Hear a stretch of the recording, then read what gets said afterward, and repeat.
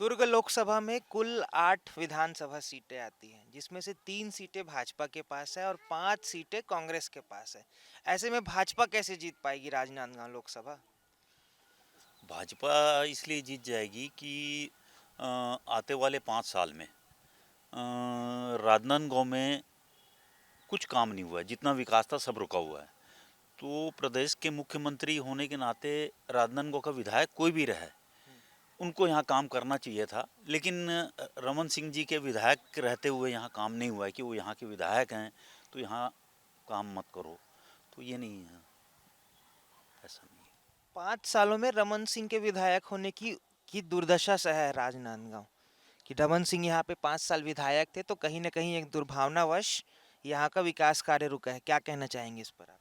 जी, भूपेश बघेल ने राजनांदगांव के साथ सौतेला व्यवहार किया है और राजनांदगांव को जानबूझकर पीछे ढकेलने की कोशिश करी है, क्योंकि उनको ऐसा लगता था कि राजनांदगांव के लोग भाजपा को वोट दिए हैं, जबकि ऐसा नहीं होना चाहिए था।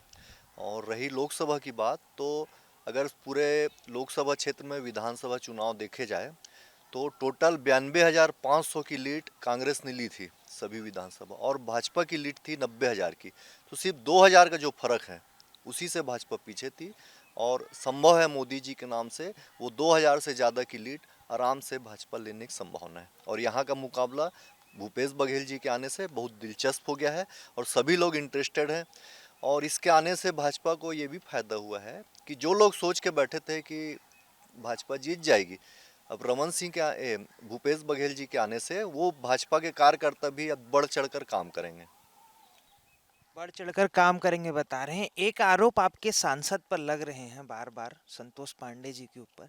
संतोष पांडे जी सांसद में तो बहुत अच्छा बोल रहे हैं, बड़े बड़े सवाल लगाए हैं, 98 सवाल लगाए हुए हैं। पर वो जो सवाल है उनका उत्तर, या कहें धरातल पे उत्तर नजर नहीं आ रहा है। क्या ये बात सत्य है?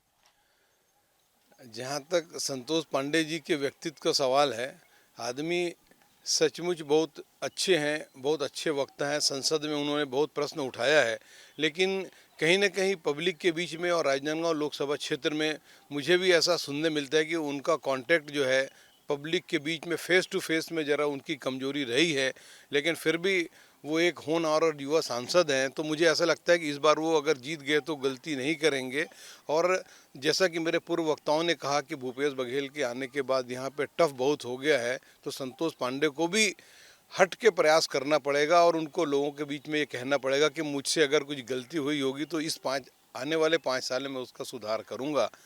मुझे आप समर्थन करिए, निश्चित रूप से वो एक योग्य कैंडिडेट है।